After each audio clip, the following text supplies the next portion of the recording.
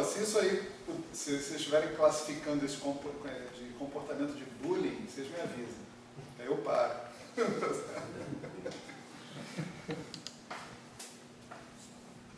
joguei isso fora, melhor assumir logo coisa colorida mesmo, fazer o quê, né?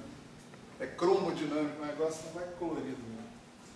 Bom, o que a gente viu até agora foi argumentos, né, para a gente montar uma lagrangiana para as interações fortes, né? E as interações fortes agora, elas estão sendo entendidas como as interações entre quarks, né? Entre quarks e gluons, né? Entre esses objetos novos aí. Os gluons são esses 8 bósons intermediários, né? 8, entre aspas, fótons, né, que aparecem por causa da proposta que você faz de uma teoria de Yang-Mills, né? Então, o resultado, né, de você pedir simetria local, simetria global, e pedir simetria local, foi esse aí, da gente conseguir termos de interação específicos que vão preservar essa simetria e vão me dizer, né, como que esses caras interagem concretamente. Isso é uma proposta. Se essa proposta vai funcionar ou não, depende dos dados experimentais. Essa é o último critério, né, que você pode formular, né? Bom, a gente vai andar um pouco nessa direção, pelo menos o máximo que a minha incompetência permitir, né? Sobre dados experimentais, sobre fenomenologia, essas coisas todas. Mas, enquanto isso, a gente, na verdade, se a gente tivesse uma teoria de campo normal, o que eu quero dizer com normal é o seguinte, que não fosse uma teoria de calibre, tá certo? Tipo uma teoria de campo escalar, com interação lambda φ4, né, por exemplo. Bastava agora pegar e calcular as regras de Feynman associadas com a minha lagrangiana e sair calculando as coisas, né? Calculando as coisas e comparando com os resultados experimentais, etc. Só que não é isso que eu tenho. Eu tenho uma teoria de calibre. Uma teoria de calibre é um negócio que tem, inclusive, uma estrutura clássica, como teoria clássica de campos, né? Ela tem uma estrutura mais complicada, né, do que uma teoria de campo em geral. A teoria de campos é um negócio complicado, né? Mas uma teoria de calibre é um negócio mais complicado ainda, né? E é mais complicado ainda porque há toda essa característica da teoria de calibre de que os graus de liberdade que o campo representa não são exatamente os graus de liberdade físicos que você tem, né? Você tem mais graus de liberdade no campo do que os graus de liberdade físicos que você possui. Tipicamente, só para a gente fazer uma análise, entre aspas, clássica, né, desse assunto, dessa discussão, pega o campo eletromagnético, né? Você pega o campo eletromagnético e observa que, vamos dizer, a teoria básica do campo eletromagnético é definida com o quadro e vetor potencial, né, a μ, né? A μ tem quantas componentes? 4. Né? Grosseiramente falando, nós poderíamos dizer que cada componente dessa vai corresponder a 1 grau de liberdade da partícula que você está considerando. Essa correspondência não é assim tão imediata, não, né? Quer dizer, é preciso trabalhar um pouco, né, para a gente chegar a essas conclusões, etc. e tal. Mas o fato é esse, né? Quer dizer, você tem um certo número N de componentes para o seu campo, em princípio, você tem N graus de liberdade para as suas partículas que esse campo está descrevendo, né? Quando é que um campo tem de N componentes, por exemplo, não vai ter N graus de liberdade? Vamos fazer a pergunta direito. Quando é que a partícula associada com um campo de N componentes não terá N graus de liberdade?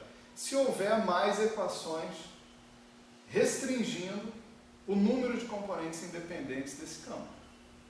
Tá certo? Então, essas equações podem ser de dois tipos, podem ser equações de vínculo ou podem ser as próprias equações de movimento, tá certo? Ajudando a expressar uma das componentes em termos das outras, por exemplo. Esse é exatamente o caso no eletromagnetismo, aliás, esses são exatamente os casos no eletromagnetismo, né? Você tem 4 componentes, mas a chamada simetria de calibre permite que você elimine uma, escolhendo adequadamente uma função escalar, né, em termos da qual você pode redefinir o seu campo de calibre como ele menos o gradiente dessa função escalar. Então, essa operação permite que você elimine uma das 4 componentes do seu campo de calibre. As equações de movimento permitem que você elimine mais uma. Como resultado, você fica com 2 componentes independentes para um campo de calibre. Tá certo? Ótimo, porque você tem 2 componentes, você tem 2 graus de liberdade para um fóton. Um fóton é uma partícula de massa zero. Toda partícula de massa zero, se o espaço-tempo tiver 4 dimensões, né, vai ter 2 graus de liberdade. Tá certo? A gente costuma associar com mais a helicidade sigma, helicidade mais sigma e helicidade menos sigma, né? Então, no caso do fóton ou do campo eletromagnético, esses 2 graus de liberdade vão ser associados com a helicidade mais 1 e a helicidade menos 1, tá certo? E isso está em acordo com o que a gente conhece, com o fóton ter 2 graus de liberdade, etc. e tal. Então, do ponto de vista puramente clássico, né, isso é uma situação excelente, sensacional, né? Por quê? Você precisa de simetria de Lorentz, né? Você tem uma representação, que é a representação fundamental do grupo de Lorentz, aquela lambda mini, né? X' mi é lambda mini x mi. Esse lambda mini é uma matriz 4x4 que representa uma transformação de Lorentz. A gente diria assim que é uma transformação de Lorentz, né? Mas como existem outras transformações que vão obedecer à mesma álgebra que o conjunto das matrizes lambda, a gente pode dizer que isso é uma representação das transformações de Lorentz, tipo a representação fundamental das transformações de Lorentz. Então, se você quer trabalhar com a representação fundamental, com uma partícula vetorial sem massa, 2 graus de liberdade, porque você experimentalmente vê isso, você vê duas polarizações no campo eletromagnético, né? É interessante, ao mesmo tempo que você tem 2 polarizações, você preservar a simetria de Lorentz. A simetria de Lorentz você vai preservar tendo um objeto que se transforma como um quadrivetor. Só que esse objeto que se transforma como um quadrivetor tem componentes demais. Ele tem 4 componentes, né? Enquanto que a partícula física que você tem que descrever tem 2. Né? Daí você vê que a simetria de calibre, ela vem consertar isso, ela vem compatibilizar a necessidade de uma descrição covariante, né, covariante de Lorentz, com o fato de você ter um número de graus de liberdade 2 para fótons, tá certo? Assim, sendo bem delirante, né, você poderia dizer, não, eu posso arrumar um campo que tem 2 graus de liberdade também, e eu não preciso de simetria de calibre nenhuma. Por exemplo, uma representação vetorial para o grupo de Lorentz. Né? Desculpe, que vetorial aqui. Putz, onde é que eu estou com a cabeça? Eu estava no Flamengo com a cabeça, sei lá. Uma representação espinorial, tá certo? Representação espinorial de massa zero. Né? De fato, tem 2 graus de liberdade. Só que o problema vai estar no spin. Né? Ou na helicidade observada. Quer dizer, essa representação espinorial você pode mostrar mais na frente que ela só é capaz de descrever partículas de helicidade fracionária 1/2. Né? E isso parece. Qual a diferença entre 1/2 e 1? É só multiplicar por 2, está tudo certo. Não é.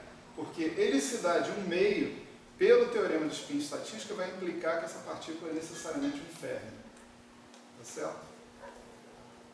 Então você não tem muita opção, né, nessa história. Claro, você pode subir, você pode ir para spins superiores, né, etc. e tal, né? Mas você vai complicar a sua situação cada vez mais. Você vai pedir que o cara se transforme por produtos tensoriais do grupo de Lorentz, representações que são produtos tensoriais da representação fundamental do grupo de Lorentz, que vão conter um monte de fatores irredutíveis no meio deles, e que você vai ter que impor equações para se livrar desses fatores irredutíveis, vai ficar cada vez pior, né? A maneira mais simples é essa mesmo. Você pede um vetor sobre o grupo de Lorentz e usa a simetria de calibre para te ajudar a se livrar de componentes extra, componentes que não vão corresponder aos graus de liberdade física do seu sistema. Então, só esse fato, isso é um fato que eu estou narrando para vocês, né? Isso, a gente pode dar um conteúdo muito mais exato, né, para essas coisas todas, mas só esse fato já mostra que as teorias de calibre merecem respeito, né? Tem coisas nas teorias de calibre ali no meio que envolvem muita malandragem, muita milonga, né, como diriam os argentinos, né? A pior de todas as malandragens, né, é justamente quando você tenta definir a sua teoria quântica, né? Bom, vamos fazer uso aqui, eu vou descrever coisas que estão naqueles cursos lá que eu fico enchendo o saco de vocês para vocês assistirem, né? Porque estão nos cursos do vídeo, né? Em tese, né, o objeto que você tem que construir é o que você chama de um funcional gerador, né? Z de J. Então, aqui não vamos colocar um campo, né, eletromagnético nem nada no início, vamos só falar do objeto em si, para o caso mais simples, campo escalar, etc. E tal. Aí depois a gente parte para o caso, né, de uma teoria de calibre. Então, o funcional gerador, ele foi expresso lá atrás, né, como uma integral funcional, né? Vamos supor que meu campo é φ, então eu tenho que fazer uma integração funcional sobre o meu campo φ. Esse objeto que está aparecendo aqui é a ação, né, desse campo φ, e você coloca aqui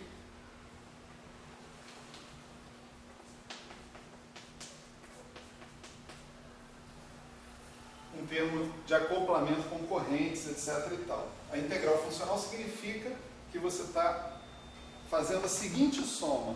Você pega todas as configurações possíveis φ de x, satisfazendo condições de contorno, que podem ser triviais ou não, aí depende da situação que você está colocando.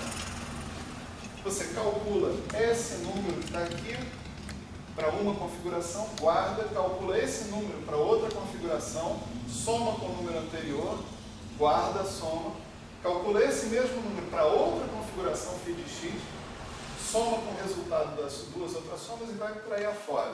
É óbvio que ninguém faz essa conta assim. Né? São infinitas configurações, são configurações, inclusive, que não tem nem, não obedecem nem condições de continuidade, às vezes, né? São completamente singulares, etc. E tal. Agora, tem amplas análises sobre esse objeto, a gente não vai entrar aqui nos detalhes, né? Uma vez que você tem esse Z de J, a história toda, o que você faz com ele é calcular as chamadas funções de Green, né? De N pontos, tá certo? E você faz assim, calculando N derivadas funcionais do seu Z de J, colocando J igual a zero, tá certo? Se você tem as funções de Green, aí agora você tem uma fórmula, né? Uma fórmula de redução, chamada fórmula de redução, que vai ser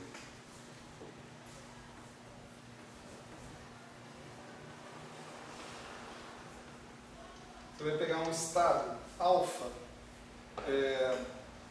vamos pensar aqui em termos de representação equação de Schrödinger, se for o caso, em t igual a menos infinito, e verificar a probabilidade de transição dele para um estado beta, tá certo? Em t igual a mais infinito. Né? Isso é a tua matriz S, e essa matriz S ela é expressa em termos de uma longa fórmula, né? Que é a chamada fórmula de redução, que envolve como único ingrediente não trivial, de fato, as funções de Green. Né?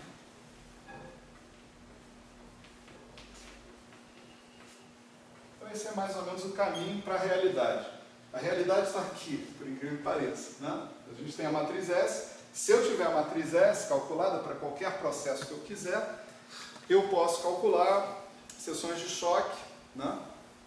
Taxas de decaimento, coisas desse tipo, e essas coisas eu comparo com dados obtidos em experimentos de espalhamento ou dados obtidos em experimentos de verificação de vida média, de partículas, coisas assim. Então esse é o esquema básico da história. Então vocês veem que tudo parte desse camarada que está aqui, e aí eu pergunto, como é que eu calculo esse cara? Bom, fazer essa integral funcional é absolutamente simples no caso em que a tua ação é um funcional quadrático de φ. Tá certo? Por exemplo, se a sua ação for um S0 de φ correspondente, né?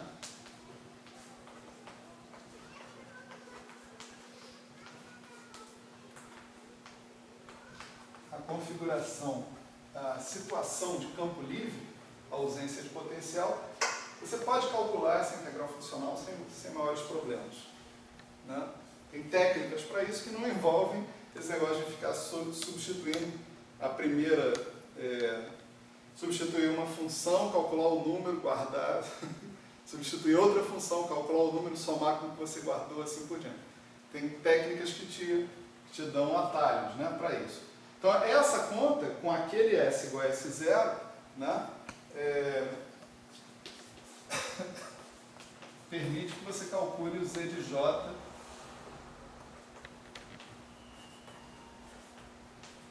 exatamente. Bom, a recompensa disso é que quando você for calcular essas funções de Green, você não vai conseguir descrever nenhum processo interagente. Tá certo? O que você vai descrever são situações onde as partículas iniciais não interagem entre si. Tá certo? Você vai ter a situação mais trivial possível. Se o seu estado alfa envolve, por exemplo, 3 partículas no estado inicial, uma com momento P1, outra com momento P2, outra com momento P3, o seu estado beta, o único estado beta vai produzir alguma coisa diferente de zero, tá certo? Vai ser um estado onde você tem as mesmas 3 partículas com momento P1, P2 e P3, ou seja, onde nada aconteceu, tá certo? Então, isso daqui simplesmente não atende, né, ao que a gente quer produzir, que é calcular os efeitos práticos da interação. Né?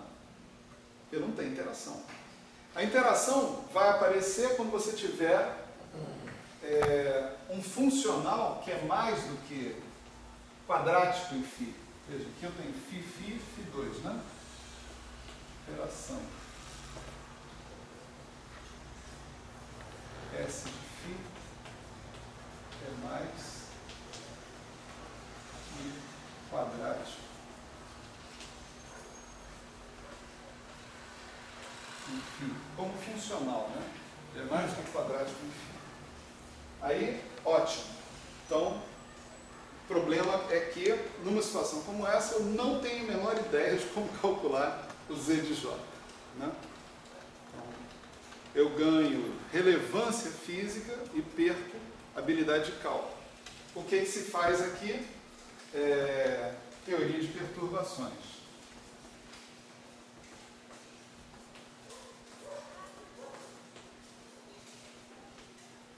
Teoria de perturbações envolve tem um certo caminho para a gente chegar a essa conclusão, mas essencialmente, nesse caso particular aqui, né,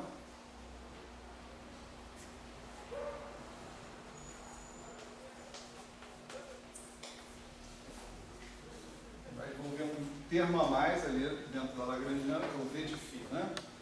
Então, nesse caso, a teoria de perturbações se traduz nessa fórmula aqui, ó, exponencial de I integral d4x do V de menos I dj de x aplicado no que eu chamo de Z0 de J, né? Onde esse Z0 de J é o nosso funcional gerador, só que associado com o S0.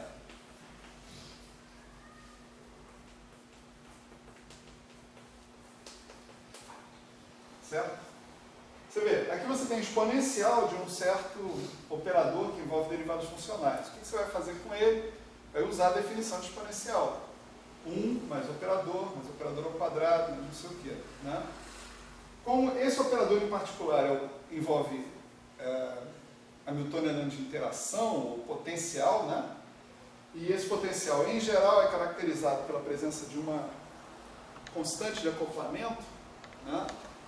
Você vê que os diversos termos nessa expansão que estão aqui vão me produzir uma expansão em potências da constante de acoplamento, que é tipicamente o que eu chamo de uma expansão perturbativa. Tá certo? Então, isso aqui já é a teoria de perturbações, a definição da teoria de perturbações. Tudo que eu preciso é definir o Z0 de J, e eu acabei de dizer para vocês que eu defino o Z0 de J numa boa. Vamos relembrar só como é que a gente define o Z0 de J, do ponto de vista da integral funcional, né? Lembrem-se que isso daqui é uma revisão, tá certo? Quer dizer, tem muitos e muitos detalhes aqui que eu não estou dando, né? Então, ninguém se sinta, né, coagido por essa revisão, né? O teu S0 de φ, né, você pode escrever nessa forma que está aqui, integral d4x de 1/2 de φ da Lambertiana mais M2 φ. Menos, né? Menos 1/2 de φ da Lambertiana mais M2 φ. Certo? Ou seja, uma coisa do tipo φ operador φ, né? Quando você tem o S0 de φ mais a integral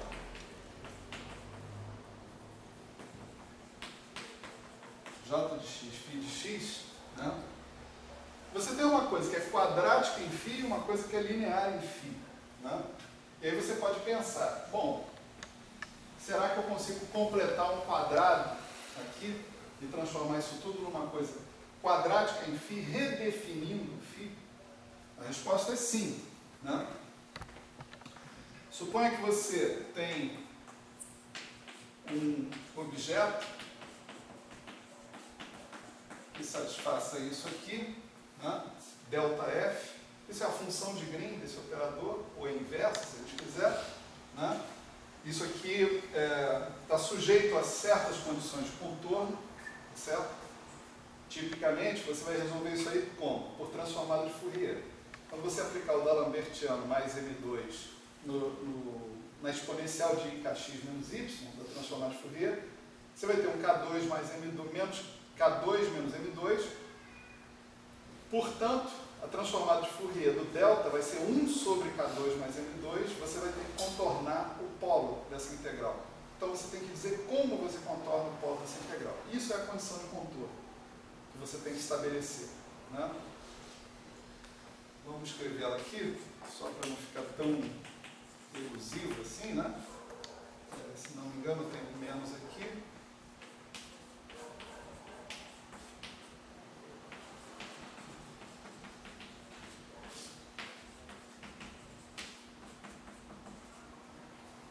Essa aqui é a condição de contorno. Você poderia botar menos e epsilon, poderia botar um mais epsilon, sei lá, alguma coisa desse tipo, epsilon 2, mas você tem que optar por isso porque tem várias razões para optar por isso. Na minha dissertação de mestrado eu precisei calcular explicitamente essa integral e eu fiquei chocado de descobrir que praticamente livro nenhum mostra o resultado explícito. Eu tive que foi uma coisa completamente obscura. Eu fui num livro que eu nem conhecia. Ninguém mostra o resultado. Ninguém te mostra a razão, é porque, em geral, você só precisa do integrando. Porque ali na fórmula da matriz S, vai tudo para o espaço de momento. Então, se vai para o espaço de momento, você já está no espaço de momento aí. Então, você não precisa, usualmente, fazer essa integral para trabalhar as regras de Feynman, né? Mas se você quer integral mesmo, eu acho que tem explicitamente ela lá no livro do Bogoliubov. Bogoliubov, não é o Bogoliubov-Shirkov, não. Bogoliubov é alguma outra coisa. É um livro vermelhinho, mais fino, porque o Bogoliubov e Shirkov é um calhamaço, né? Imenso. Dá até medo de chegar perto daquilo. Mas esse menorzinho, ele é tão horrendo quanto, mas ele não dá medo. E ele tem, acho que a conta feita explicitamente. Você pode ir até o fim dela. Entendeu? E tem outras funções também, né? Pauli Jordan, entende, calculadas explicitamente também. Aí você tem a Pauli Jordan, você tem essa, que você soma ou subtrai, não me lembro mais, duas Pauli Jordan, você obtém a de Feynman, né? Enfim, delta f de x menos y, o meu problema não é encontrar o delta f de x menos y, ela existe. Isso é que eu quero deixar bem claro. É muito importante que ela exista. Por quê? Se ela existe, você pode definir um filinha de x igual ao φ de x. Eu nunca sei se é menos ou mais que eu tenho que colocar aqui, eu vou colocar menos, né? Se der errado, se alguém resolver fazer essa conta e der errado, volta e coloca mais, certo? Integral d4x, delta f de x menos y, j de y, certo? Se você fizer isso, né? Esse camarada aqui, ó, S0 de φ mais integral d4x, j de x, φ de x, ele se transforma numa coisa interessantíssima. Ele se transforma na integral d4x de 1/2. Então, vamos colocar melhor assim. Vai se transformar em S0 de filinha, tá certo? Mais ou menos, agora não me lembro também, vamos deixar por mais, né? Se for menos, não é tão problemático assim. Integral d4x, d4y, j de x, delta f, x menos y, j de y. Né? Certo? Bom, o que eu disse aqui? Eu disse que esse termo que está aqui se transforma nisso que está aqui, com essa relação entre φ e φ'. Tá certo?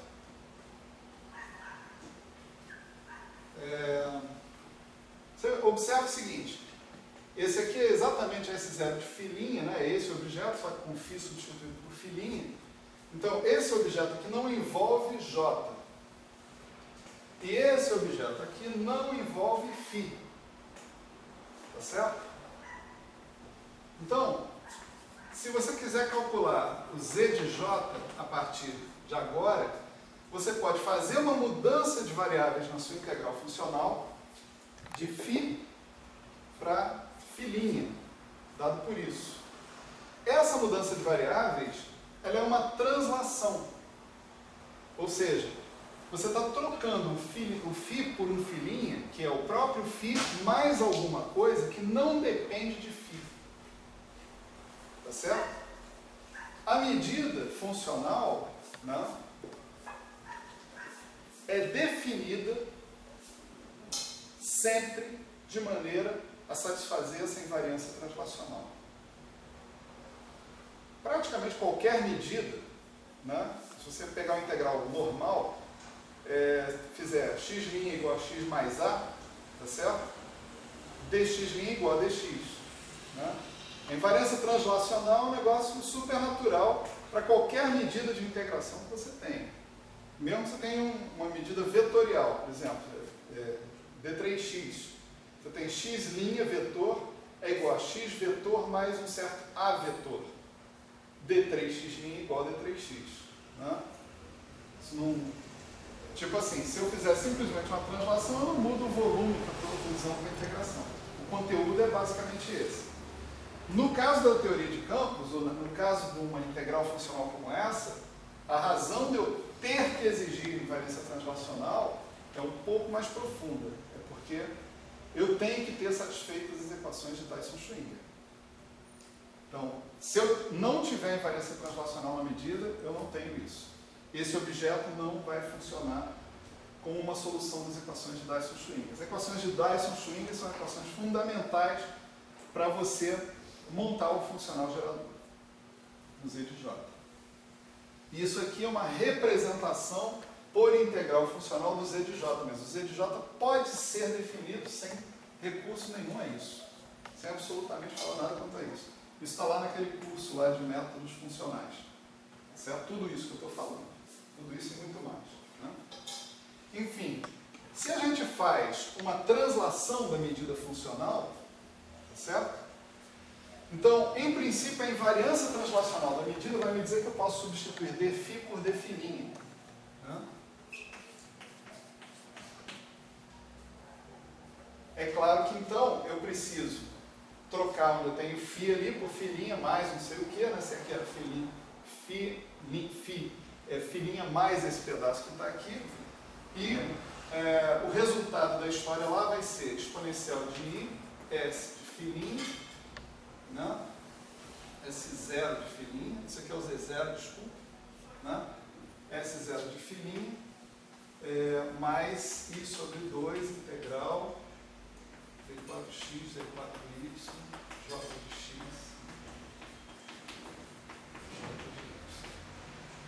Agora você vê o seguinte, essa exponencial dessa soma que está aqui se transforma num produto de duas exponenciais. Né? E esse termo que está aqui não tem nada nele dependente de φ. É isso que eu disse, que é completar o quadrado, né? Vamos dizer assim. Como você faz, você pega uma gaussiana, né? Pega uma integral exponencial de menos ax2, por exemplo. Né? Exponencial de menos ax2 mais bx. Como é que você faz essa integral? Você completa esse quadrado. Aí você vai obter um termo que é independente de x, que você tira da integral, e o resto é uma integral gaussiana que você sabe quanto dá. É a mesma coisa aqui, de certa maneira, que foi feito. Né? Esse objeto aqui não depende de φ', portanto, está fora dessa integração. E essa integração não depende de j, portanto, ela é um fator numérico. Pode ser até infinito, mas é um fator numérico. Independente de j. Você pode cancelar esse cara por uma constante de normalização que você sabe que tem que carregar ali na frente do funcional gerador. Resultado, né? Escolhendo a constante de normalização para cancelar esse cara que está aqui, o teu Z0 de j fica dado por isso aqui, integral d4x, d4y, j de x, delta f, x menos y, j de y. Está calculado, cara. A menos um sinal, não sei lá, se mais ou se menos. Acho que está certo, mas não tenho certeza. Tá certo? O que foi crucial aqui? Não parece, mas foi crucial.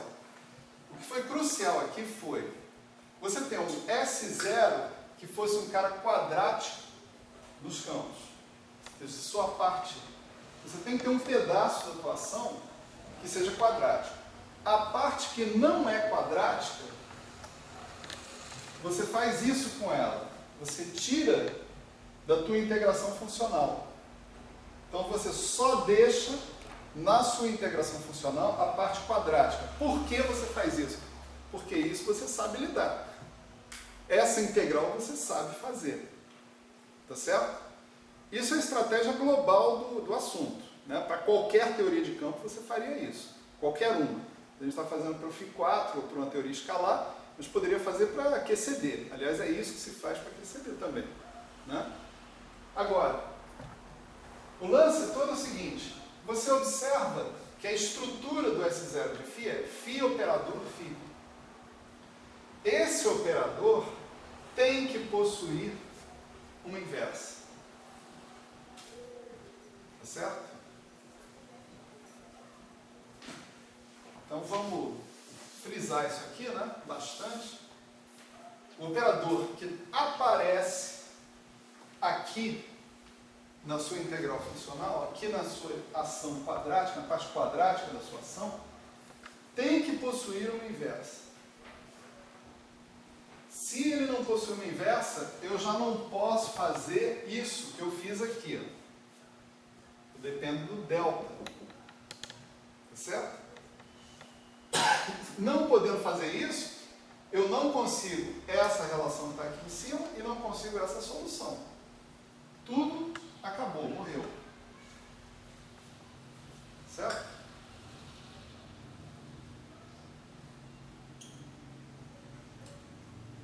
Nesse caso, vocês veem a importância disso, porque você pega agora isso aqui, que é o Z0, substitui aqui. E observa a forma do Z de J. A forma do Z de J é a atuação de operadores sobre o Z0 que envolvem derivadas funcionais. Pode dar o trabalho que for, mas você não tem mistério nenhum em fazer a aplicação sucessiva de derivadas funcionais sobre o Z0 de J. É aplicar uma depois da outra. É chato pra cacete. Né? Por isso que inventaram as regras de Feynman. Né? Para você não ter que fazer isso. Mas qual é o resultado? Em princípio, vamos supor que você tenha toda a paciência do mundo e não queira aprender regras de Feynman, não tem problema nenhum. Faz essa conta. Né? Faz essa conta até a ordem perturbativa que você tiver interessado. Então, o que você vai obter? Você vai obter um negócio que depende dos J's e depende dos deltas. Tá certo? Daqueles delta F's. Então, quando você vier aqui para calcular suas funções de Green, você vai pegar o Z que você expandiu até a ordem que te interessava, calcular o número de derivadas funcionais correspondente ao número de partículas somado do estado inicial e do final, e no final calcular em J igual a zero. O que vai sobrar então?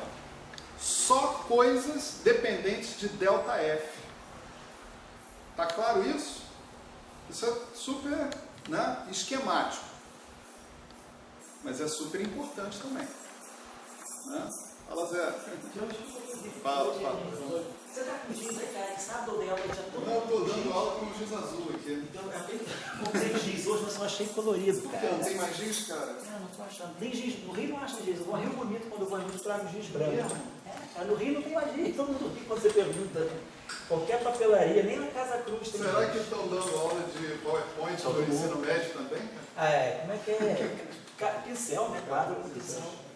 Eu fui na Casa Cruz, lá no centro do Rio, falei, lá eu vou encontrar. Nem giz tem, cara, nem branco, nem bonito. Aí eu comprei esses dois, deixa aqui que a gente... Pelo menos o quadro fica mais bonito, porque QCD, né? QCD tem cor, eu Os falei pra quânticos de eles cor aí.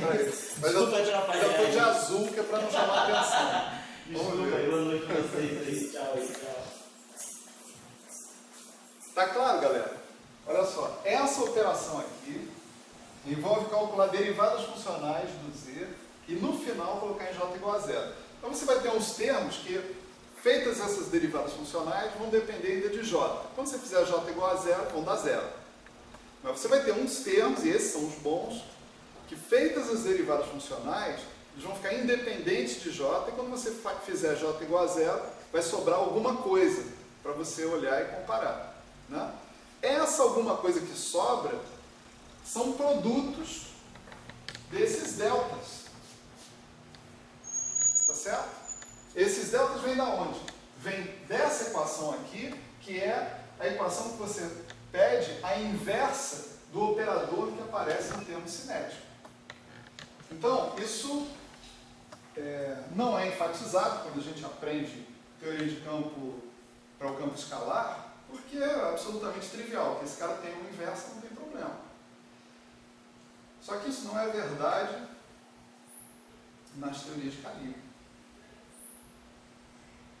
Certo? Isso não é verdade nas teorias de calibre. Vamos pegar esse quadro agora e fazer aquela grande sacanagem, aquela alteração, né? O professor chega aqui e altera as coisas, o coitado do aluno tem que correr para anotar a porcaria toda, né? Hoje em dia, há uma maneira de blefar isso, só tirar foto de papo, né? Mas então, vamos trocar tudo aqui, tá certo? Vamos agora falar do campo eletromagnético. Então, no lugar de uma corrente só, eu tenho um quadrivetor, né? Jμ. No lugar de φ, vamos lá, vou ter Ami, que são os graus de liberdade do meu sistema, né? No lugar do nosso φ, é um φ de Ami, né? E aqui vai ficar Jμ, Ami. Né? A discussão segue mais ou menos a mesma. Aí, agora esse cara aqui ganha uns índices, né? Mi1, Mi-N, Mi1, Mi-N,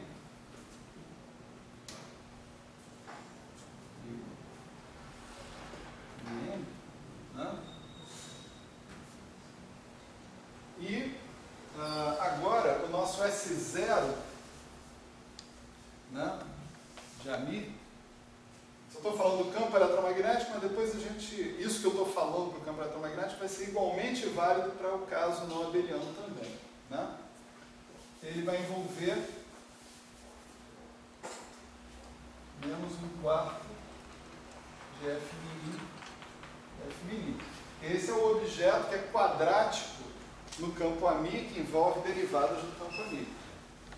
Tá certo? Isso é o Z0, né? J.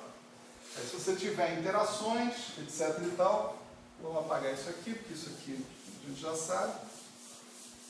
É a mesma coisa, só que trocando o meu potencial de V de DDJ por V de DDJmi, né?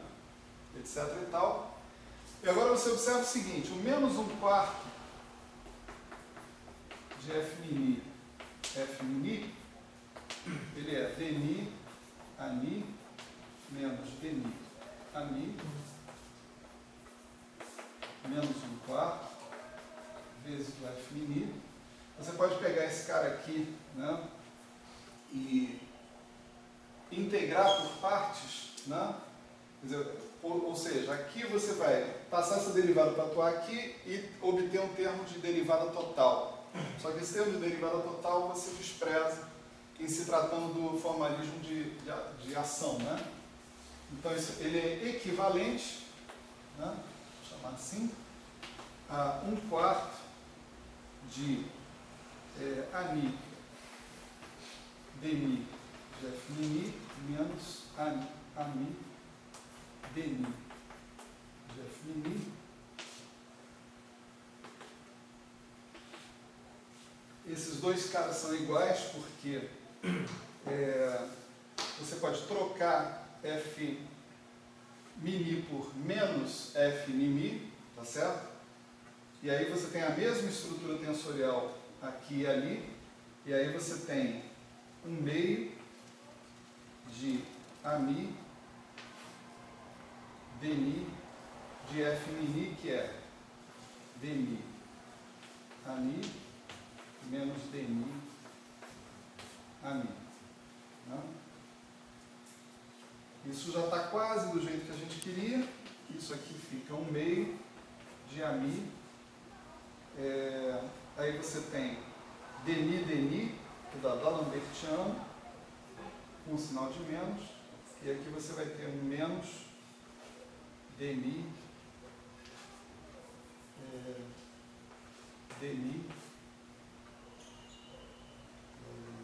Ami. Se a gente abaixar esse índice aqui,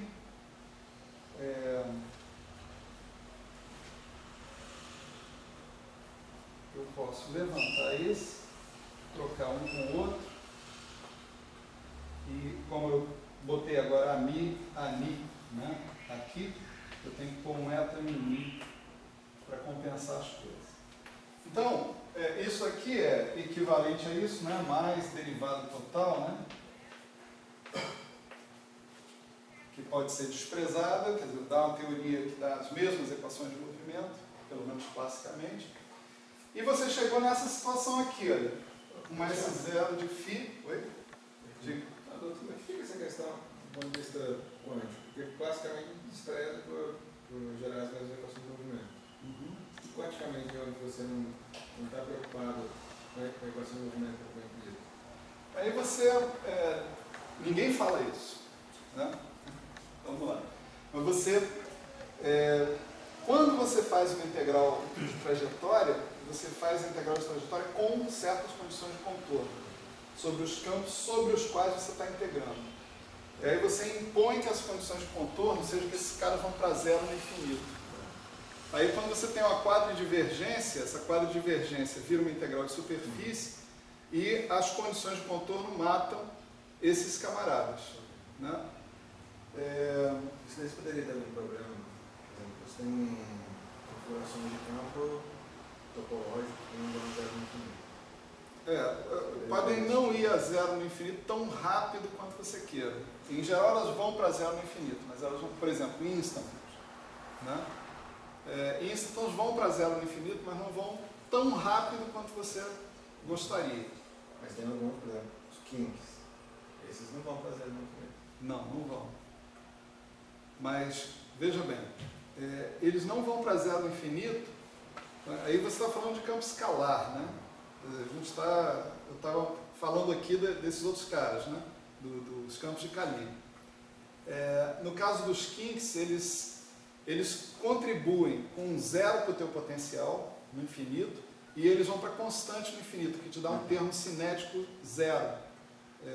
Né? Porque o termo cinético vai ser dmi-φ. Então esse termo cinético no infinito vai para zero. Então você com o kink você garante a ação euclidiana finita. Né? Essa é, vamos dizer, a condição de contorno que um kink satisfaz. No frigir dos ovos, como os kinks vão para zeros do potencial, eles garantem a ação euclidiana finita e eles funcionam como se eles estivessem indo para zero no infinito. Assim. Embora, né, o fato deles irem para o valor 1 ou para o valor 2 seja muito importante. Vai produzir setores diferentes, vácuos diferentes da sua teoria. Mas isso é outro papo, né? É bom, pelo menos, ter isso em mente, de que essa questão das condições de contorno pode ser muito crítica, né? O que nós estamos assumindo aqui é que as condições de contorno que a gente está tomando são condições absolutamente triviais, ou seja, os caras vão para zero no infinito mais rápido do que 1 sobre R2 e pronto, né? Mas pode não ser, né? Quer dizer, há soluções que obedecem condições menos restritivas do que essa, satisfazem condições de consistência boas igualmente e definem outros setores topológicos da sua teoria. Existe isso. E há métodos de tratar isso. E tem métodos para tratar isso. Tem métodos para tratar isso, até certo ponto. Porque o problema que isso define não é um problema trivial, né? Você, na verdade, está falando em setores diferentes do espaço de Hilbert e, em geral, você não tem acesso à construção desses setores explicitamente, a não ser em alguns casos muito específicos. É mais interessante pensar que isso aí revela outras propriedades das teorias de calibre, né? Que a gente não estaria acostumado se trabalhasse com uma teoria de campo com menos riqueza dinâmica, né? Há métodos para tratar isso, mas também não chegam na solução final, né? Chegam em boas aproximações às vezes e tal, né? Então vamos corrigir aqui, ó, né? No S0 de φ, certo? Nosso S0 de φ é menos 1/2 de ami, o operador em questão é d'Alembertiano, eta mili, menos dmi, ami. O S0 de ami, né?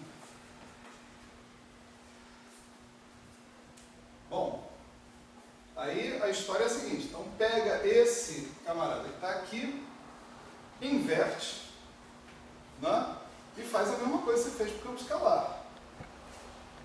O problema é que ele não tem inversa. Agora sim, a gente pode apagar toda essa parada aqui. Isso aqui é pensamento otimista, né?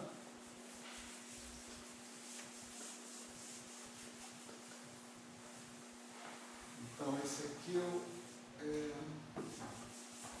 também. Né? Isso aqui vamos deixar só para comparar. Né? Se eu pegar esse operador, eu já vejo de cara que ele não tem inversa, né? Simplesmente aplicando ele num quadro gradiente qualquer. Né? Se, por exemplo, eu aplico esse cara no DNI de alfa. Né? Isso aqui vai dar D'Alembertiano DNI alfa menos DNI do D'Alembertiano alfa. A menos que o alfa seja alguma coisa singular, né? Que tenha uma singularidade que eu não possa comutar as duas derivadas ordinárias sobre ele, isso daqui não vai poder deixar de ser zero. Portanto, esse operador possui um modo zero. Pelo menos um. Se ele possui um modo zero, ele não possui inversa. Certo? Como uma matriz. Se sua matriz tiver um autovetor associado com um autovalor zero, ela não tem inversa. Então, o fato dele não ter inversa faz com que tudo isso aqui vá para o espaço. Né? Então, eu não vou poder fazer a translação que eu faria, né? A mi' de x igual a mi de x menos, vamos dizer assim, integral de df mini x menos y, j' de y, né? dy. Eu não vou poder fazer isso. Se eu pudesse, eu poderia seguir com a história como está, desacoplar, né? Com esse df mini, né?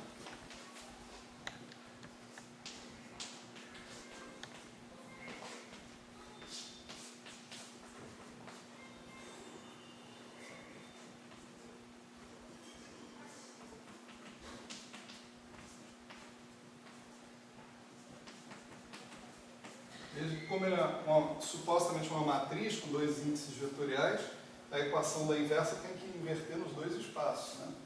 No espaço contínuo, xy, e no espaço discreto dos índices. Né? Então, isso aqui também não existe. Como não tem um cara que satisfaz isso, eu não posso fazer isso, não posso fazer isso, eu não posso pegar e diagonalizar, né, a soma do S0 de ami mais integral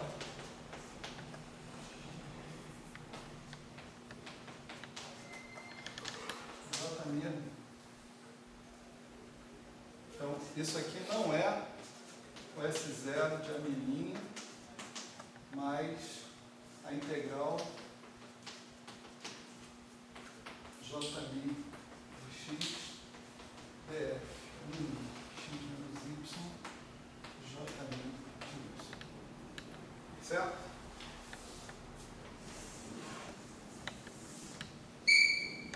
Portanto, tudo isso aqui já é.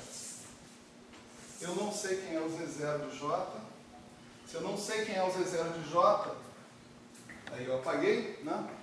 Eu não tenho como montar uma expansão perturbativa. Tá certo?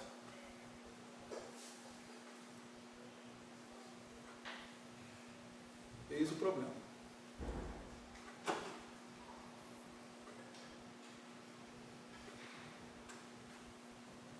Por que que acontece isso? Por causa da simetria de calibre. Né? Você observa que esse cara que está aqui é exatamente a transformação de calibre. Né? Ou seja, se você tem um modo zero, vamos chamar esse cara aqui de O', né? Por exemplo. o seu omni de ani vai ser a mesma coisa que o omni anilinha. Se o teu anilinha for o ani mais um dni de alfa. Significa que a solução das suas equações de movimento é uma solução ambígua. Certo? É uma coisa maravilhosa e terrível ao mesmo tempo. Não sei qual sentimento deve ter prevalecido na cabeça dos pioneiros, né, dessa história. É maravilhoso e terrível. Por quê? Porque a solução das suas equações de movimento não vai te dar os graus de liberdade verdadeiros do seu sistema. Vai te dar esses graus de liberdade a menos de um conjunto de ambiguidades. Tá certo? Então, o fato desse operador possuir modo zero está na gênese, está na raiz do que define a teoria original, que é a teoria de calibre. A teoria de calibre vai implicar uma coisa assim. Sempre. Tá certo? Portanto, você tem que se debruçar com mais cuidado sobre esse objeto original que está aqui. Tá certo? Fala assim, será que eu estou partindo do objeto correto? Será que eu estou partindo mesmo do cara que eu deveria estar partindo? Ou será que eu tenho que... Ainda falta alguma coisa para eu definir o Z de J, o Z de J mim. Certo?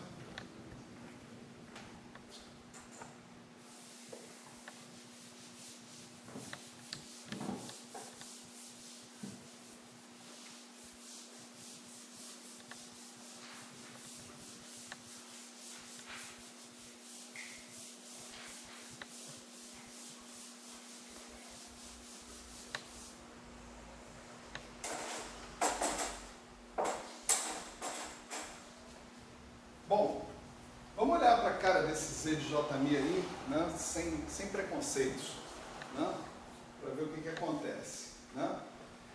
Para falar a verdade, vamos olhar para a cara dele só com J igual a zero.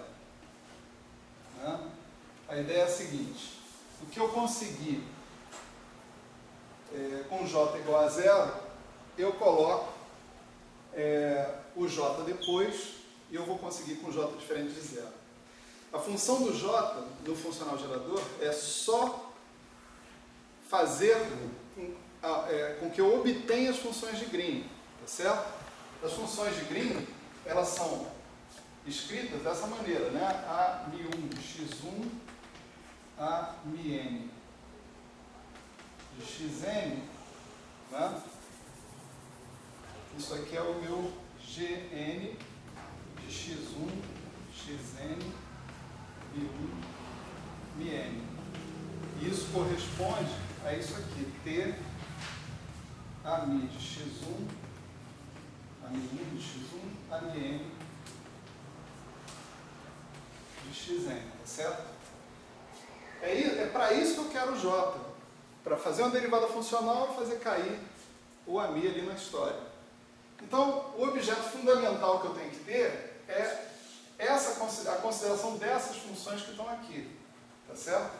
Tipicamente, eu parto dessa integral funcional básica, que eu vou chamar do Z de zero. Eu vou ver se eu consigo definir esse cara direitinho, se eu tenho algum problema para definir esse camarada. Que tipo de problemas eu poderia ter? Eu tenho uma questão aqui que é a seguinte, né? Vamos considerar o espaço de todas as configurações de campo de calibre, né?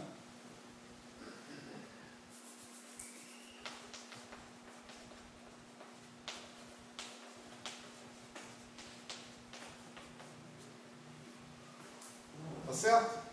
Cada ponto que eu botar aqui nesse espaço vai ser uma configuração inteira de campo de calibre. É um jeito da gente pensar isso, visualizar isso. É invisualizável, certo? Mas eu vou pegar uma configuração e vou dizer que ele é um ponto nesse espaço. Então tem um ponto aqui que é uma certa configuração ali. Eu não vou botar a mi de x porque vai ficar parecendo que eu estou falando de um ponto específico. Não, eu estou falando da função inteira, né? Aqui eu tenho a outra configuração, a mi barra, por exemplo. Aqui eu tenho outra configuração, a mi barra barra. E assim por diante. Eu vou olhar para esse espaço de todos os amis, né, com um certo viés, né, com um certo ponto de vista. Né?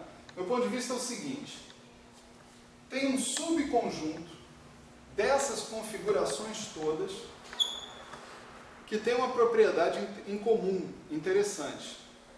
Todos os elementos desse subconjunto me dão o mesmo valor para a ação. Tá certo? Então, eu tinha essa visão original e agora eu vou para outra visão, que é a seguinte. Né? Todo mundo que está aqui, né? Esse, vamos supor que aqui eu tenho um certo ami, né? Todo mundo que está aqui, que difere do ami original, qualquer um pode ser, mas vamos fixar um, né? Que difira desse ami aqui por uma transformação de calibre, vai me dar o mesmo valor para a ação. Então aqui eu tenho um ami G1, ami G2, ami G3, aqui um ami GN, e tem muitos mais, né? Na verdade tem infinitos, porque eu tenho tantos elementos do grupo, né? Eu tenho infinitas configurações, né, de elementos do grupo. Esses GIs, né? GIs, eles vão ser exponencial de I, θA, I, TA. Aqui estou passando para a teoria não abeliana, porque a discussão é rigorosamente a mesma. Né? Esse I aqui se refere ao elemento do grupo específico que a gente está considerando. Né? Então, todos esses caras que estão aqui, né, eles dão o mesmo S de ami. Tá certo? Sob esse ponto de vista, se eu quiser, eu posso introduzir uma relação de equivalência, tá certo? No espaço das configurações de campos de calibre. Posso dizer, duas configurações de campo de calibre são equivalentes se elas diferirem por uma transformação de calibre. Então, todo mundo aqui é equivalente. Esse é equivalente a esse, equivalente a esse, equivalente a esse, assim por diante. Esse conjunto de todas essas configurações equivalentes entre si, nós chamamos de órbita. Órbita de calibre, certo?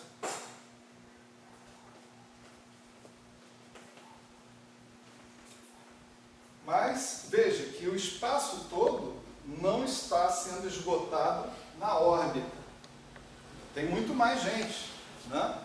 Eu posso ter uma outra configuração, vamos chamar de ami barra, e todos os caras que são transformações de calibre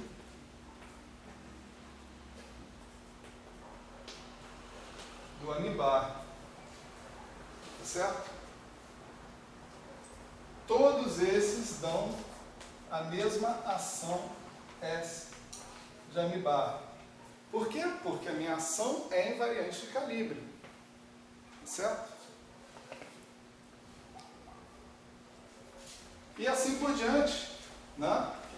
Eu posso encher todo o espaço das configurações de campo de calibre. Toda e qualquer configuração de campo de calibre, tá certo? está dentro de uma dessas classes de equivalência. Tem todos os caras que são equivalentes a ela por transformações de calibre e tem os caras que não são equivalentes a ela por transformações de calibre.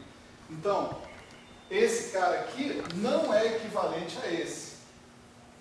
Se ele fosse, todo mundo que está aqui deveria estar nessa órbita aqui. Então isso aqui é uma órbita, isso aqui é outra órbita, aqui é outra órbita.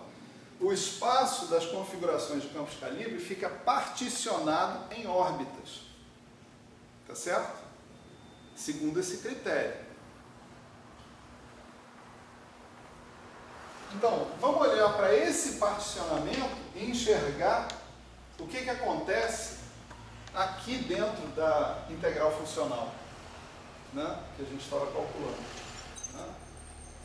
A minha integral funcional eu posso decompor, né, vamos dizer assim, a minha soma, de acordo com esse particionamento que eu acabei de fazer. Tá certo? Eu posso decompor essa soma sobre todas as configurações numa soma sobre configurações não equivalentes,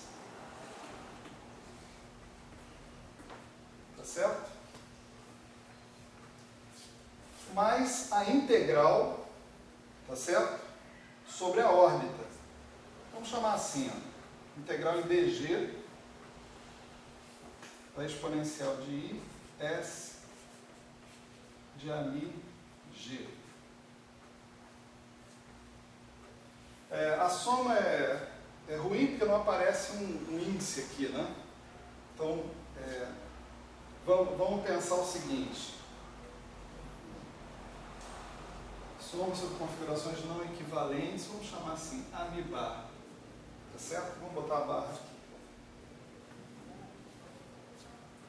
Então, eu vou pegar uma configuração, ami barra, tá certo?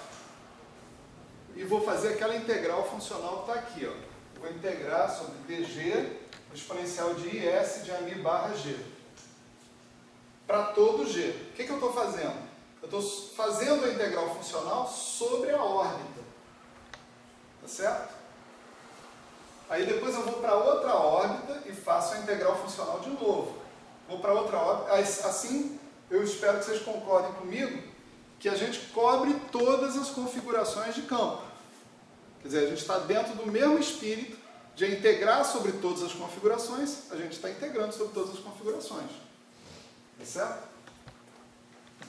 Ocorre o seguinte, que para todas as configurações ami barra g, o resultado é exatamente o mesmo. Tá certo? Porque a ação é invariante de calibre. Então, esse fator que está aqui não depende de g, no final das contas. Ele dá a mesma coisa para todo g. Então, isso aqui você pode escrever assim, integral soma sobre ami barra, agora eu não estou escrevendo tudo isso, mas está subentendido, né?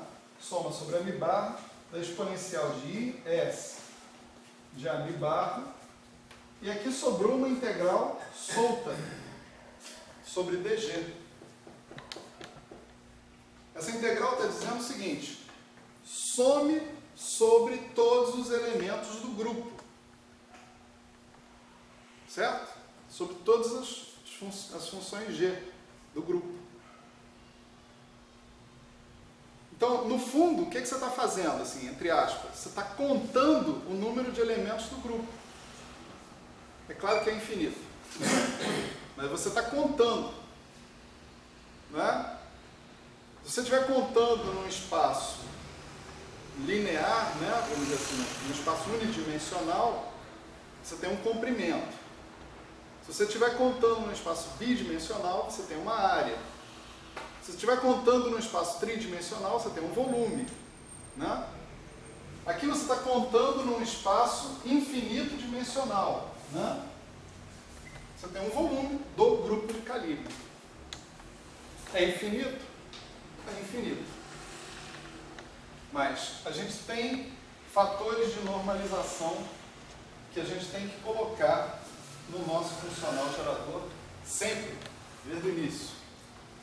Eu posso incluir nesses fatores de normalização a absorção do volume do grupo de calibre. Porque observa, o volume do grupo de calibre não tem informação física nenhuma. Tá certo? Isso aí é um número. Por mais que seja infinito, ele é um número.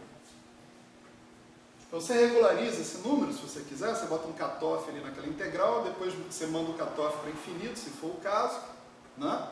Mas você pode cancelar esse cara, enquanto você não mandou o cutoff para infinito. Tá? Resultado, né? Tinha 1 sobre n aqui, 1 sobre n aqui. Não é a última vez que vocês vão ver esse 1 sobre n, ele tem múltiplos propósitos. Né? O resultado vai ser soma sobre todas as configurações não equivalentes. Múltiplos propósitos que todos se resumem essencialmente em absorver infinitos. Tem uns infinitos mais estranhos e uns menos. Né? É isso vezes, né?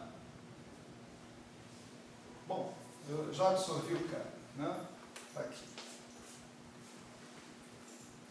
O essencial aqui é observar o seguinte, é observar que a gente encontrou, né, uma ambiguidade, um fator ali, que é um fator numérico, independente da dinâmica da sua teoria, ou seja, não depende de massas, de spins, de helicidade, de nada, tá certo? Um fator absolutamente cinemático, que é essa integral sobre o volume do grupo de calibre. E o que realmente tem alguma coisa a ver é a integral ou a soma, que é claro que é uma integral, né? É a integral sobre as configurações não equivalentes de calibre. É isso que você tem que conseguir fazer. Tá certo? É isso o que tem sentido. Esse fator do grupo não tem sentido. E o nosso funcional gerador, colocado desde o início, continha implicitamente esse fator de soma sobre todos os elementos do grupo.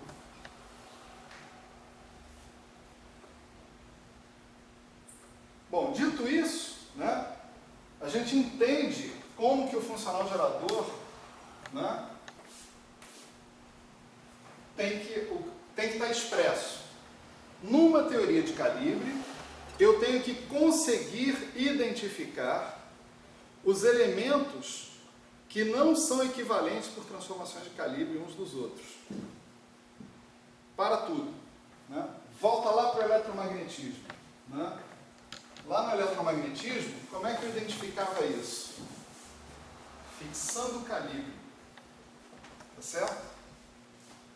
Quando eu fixava o calibre, eu escolhia entre todos os elementos que se transformavam entre si por transformações de calibre, um elemento que satisfazia a condição de calibre. Tá certo? Aí tinha calibre de Lorentz, calibre de Coulomb, calibre disso, calibre daquilo, mas o que você está fazendo lá no eletromagnetismo? No calibre de Coulomb, por exemplo. Você está dizendo, pega todos os caras, né, que diferem entre si por uma transformação de calibre.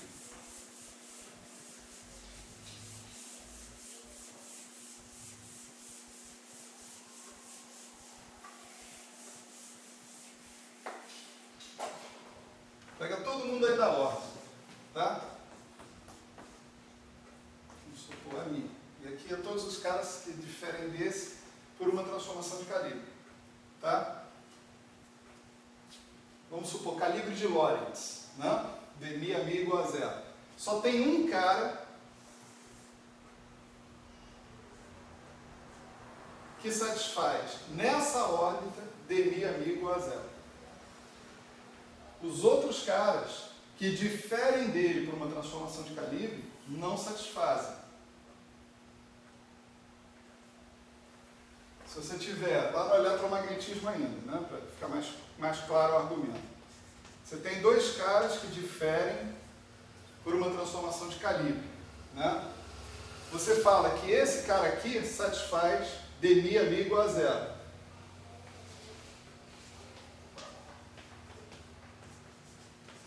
Então, dmi é o da Lambertiano de alfa. Tá certo? Ele não vai satisfazer dmi igual a zero. Dmi igual a zero. Então, você pode estabelecer uma estratégia para escolher em cada órbita um elemento que satisfaça a condição de calibre. Isso vai te dar um representante de cada órbita, que é exatamente o que você quer ali. Mas se o alfa for harmônico, você ainda vai ter ambiguidade, né? Sim. Você não está escolhendo um só. Eu usei um gauge ruim, né, nesse sentido. Mas, por exemplo, se você tiver o gauge de Coulomb, você não tem problema. Você sabe que só é um. Né? Se você também se restringir a caras que...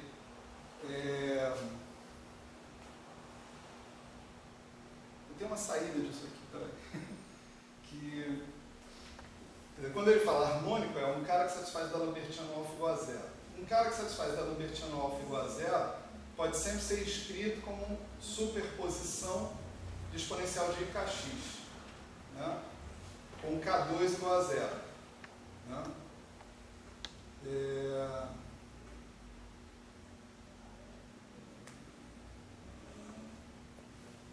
Então você teria uma coisa assim, alfa igual a integral dk de 4k de, vamos chamar assim, A de K e A de kx mais A tilde de K e A menos de kx. E da Lambertiano alfa igual a zero implica que você vai ter K2 igual a zero. Né? Mas implica